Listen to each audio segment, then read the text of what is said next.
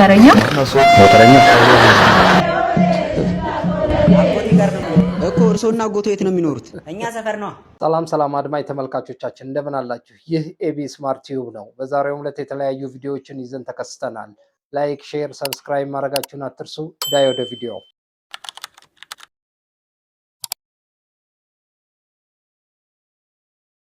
ይህን ቀጣይ ቪዲዮ እስቲ አይተን እንመለስ። ከዛ አስተያየት እንሰጥበታለን።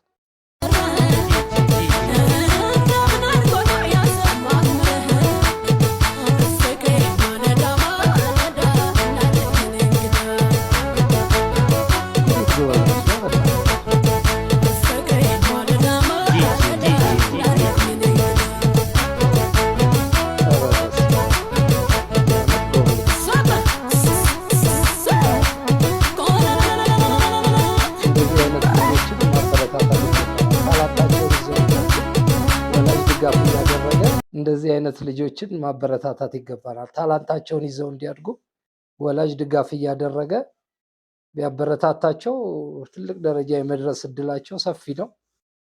እንዲህ አይነት ታላንት ያላቸውን እናበረታታ። ድንገት ዘመድ ከቤት ሲጠፋብህ እኮ የት እንደምትሄድ ግራ ግብት ይልሃል። የት እንደምትደውል እንኳን አታውቀውም። እስቲ ይሄ ሰውዬ የት ደውሎ ይሆን? አብረን እንየው። ሄሎ፣ መብራት ኃይል ነው? አዎ ደንበኛችን፣ ምን ልርዳዎት? ምን እባክህ፣ መብራቱ እኮ ጠፋ።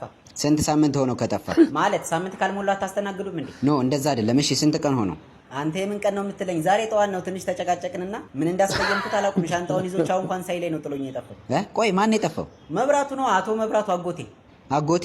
እየቀለዱ ነው? ሰው ነው እንደ የጠፋሁት? አዎ ይድፋዎት አቦ። ይሄ ፖሊስ ጣቢያ መሰሎት እንዴ?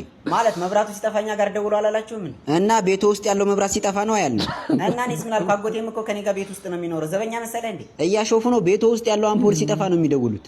እዚህ ጣራው ላይ ያለው? አዎ እንደዛ ነው እንዴ? እኔ መች አወኩኝ? ግን እኮ እሱም ጠፍቷል። መቼ ጀምሮ ነው የጠፋው? አረ ለክርስትና እንደበራ ነው። ለእርሶ ክርስትና ነው? እና ላንተ ነው? ምን አሉኝ? አቤት ቆይቷል። ጥሩ። የት አካባቢ ነው የሚኖሩት? እሱን እኮ ነው የምልህ። ማለት ምንድነው እያወሩ ያሉት? ምን አልከኝ? የት ነው የሚኖሩት? አጎቴ ጋር ነው የምኖረው እኮ። እርሶና አጎቶ የት ነው የሚኖሩት? እኛ ሰፈር ነው እኮ። የት ነው ሰፈሮት? መገናኛን አወቀው?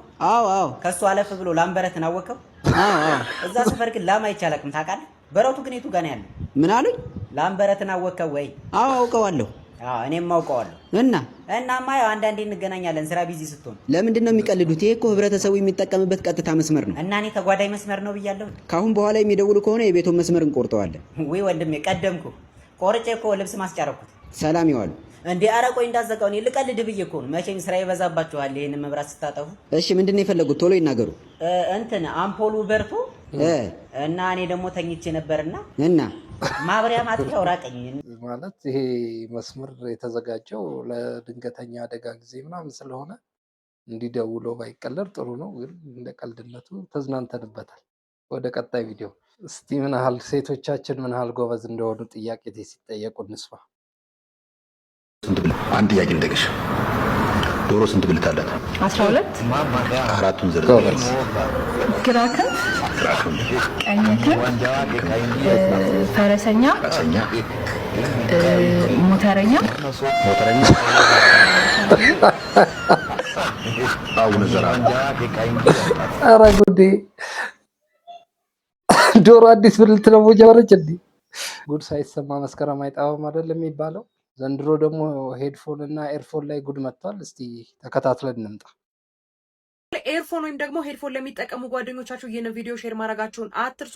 በዚህ ሰዓትም እንግዲህ በሚሊዮኖች የሚቆጠሩ በዓለማችን ላይ የሚገኙ ሰዎች በከፍተኛ ድንጋጤ ውስጥ እንደሚገኙ መረጃዎች እየወጡ ይገኛሉ። የአውሮፓው ቶክስ ፍሪ ላይፍ ፎር ኦል የሚለው የምርመራ ቡድን እንዳሳወቀው ከሆነም እንግዲህ በተለያዩ የጆሮ ማዳመጫዎች ላይ ለሰው ልጆች እጅግ በጣም አደገኛ የሆኑ ማለትም ደግሞ እንደ ካንሰር፣ የጉበት በሽታ፣ የሆርሞን መቀየርና ሌሎች በርከት ያሉ ለዛውም ብራንድ ያላቸው ነው እየተነገረ የሚገኘው። ይህ የምርመራ ቡድን እንዳወጣው መረጃ ከሆነም እንግዲህ እንደ ቲሙ እንዲሁም ደግሞ ሼን ላይ ያሉ መገበያያዎች ላይ እንግዲህ የ81 የሚደርሱ የተለያዩ ብራንድ ያላቸውን እንዲሁም ደግሞ እጅግ በጣም ታዋቂ ብራንድ ያላቸውን ኤርፎኖች በመግዛት እንግዲህ ምርመራ ሲያደርግ ለሰው ልጆች አደገኛ የሆኑ ኬሚካሎች ማለትም ደግሞ እንደ ቢፒኤ እንዲሁም ደግሞ ቢፒኤስ አይነት ኬሚካሎች በውስጡ አሉ። እነዚህ ኬሚካሎች እንግዲህ በምርመራ ወቅት ከ75% እስከ 98% የሚደርስ መጠን እንዳላቸው ጭምር ነው እየተነገረ የሚገኘው።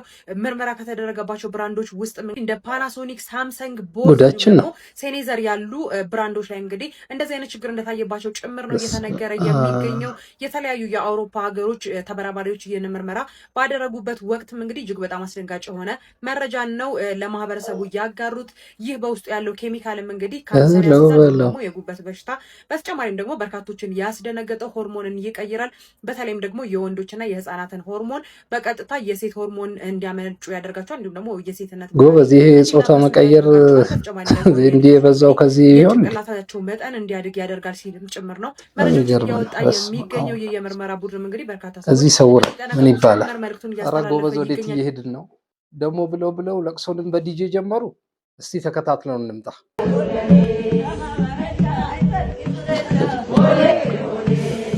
ጉድ እኮ ነው።